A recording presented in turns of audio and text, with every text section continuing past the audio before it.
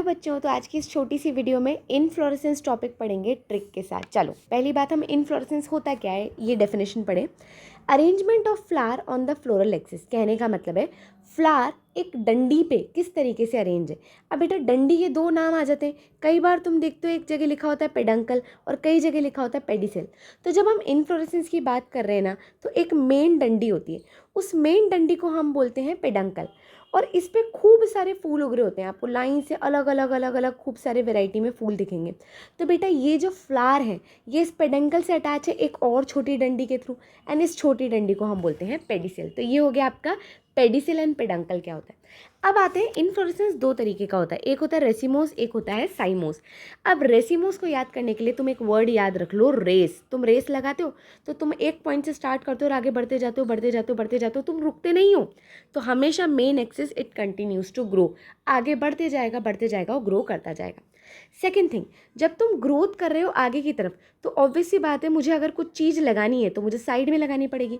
तो फ्लावर हमेशा कहाँ पर होते हैं, इसके साइड में, यानी कि फ्लावर किस तरफ है, लेटरल। थर्ड चीज बेटा, अगर मैं रेस यहाँ से स्टार्ट कर रही हूँ और आगे बढ़ती जा रही हूँ, तो अगर मैं पहला फूल लगाऊंगी तो इस साइड लगाऊंगी, तो ये होगा सबसे पुराना फूल।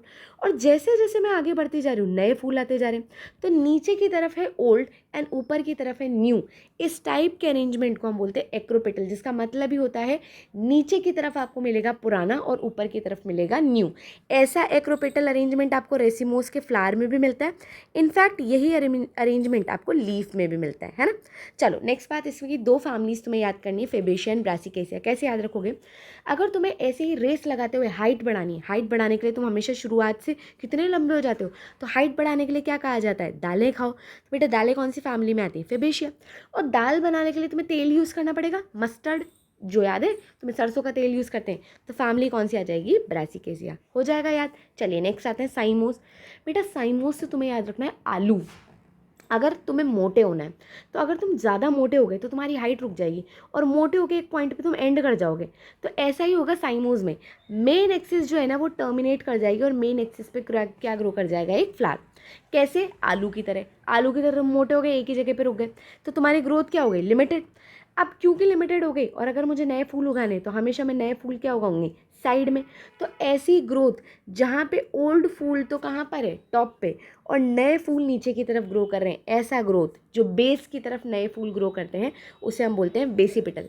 सोलनेशिया फैमिली में आ जाता है आपका आलू। आलू की तरह मोटे हो जाओ और एक जगह पर ग्रोथ रोक दो।